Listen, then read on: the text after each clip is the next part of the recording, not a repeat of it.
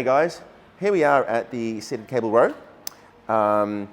There's not much in terms of adjustment required on this particular machine. It all comes down to the handle that you use and the position that you sit in it. A lot of people like to use the narrower grip. I personally like to use the wider grip because it feels and it does activate. As you go wider, you use a lot more lats, you got a lot more range of motion, and it's a lot easier to squeeze through shoulder blades, rhomboids, and traps as well, lower traps. So we'll go ahead. Either handle is good for you. However, that's my personal preference. You easily adjust it by taking it off, grabbing the other handle, popping it on. We pick our weight accordingly. Take a seat, grab the handles, and as you sit, pop your feet on the brackets, nice and tall.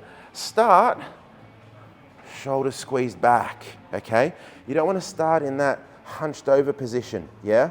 Start with shoulders already, chest proud, shoulders back and down.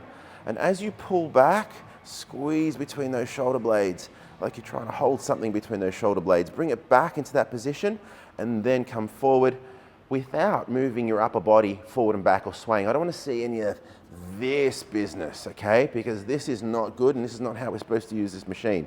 We're supposed to stay nice and upright, knees slightly soft, chest nice and proud and tall, shoulders back in that position, not hunched. And the range of motion is pulling into the belly and easing it forward. Pulling into the belly, squeezing between shoulder blades. You can even put a little pause in there to add a little more resistance. And that is the correct way of doing our seated cable row. All right, to ease it back, don't let go, pop it down, gently put your bar back and have a little wipe down. Cheers guys.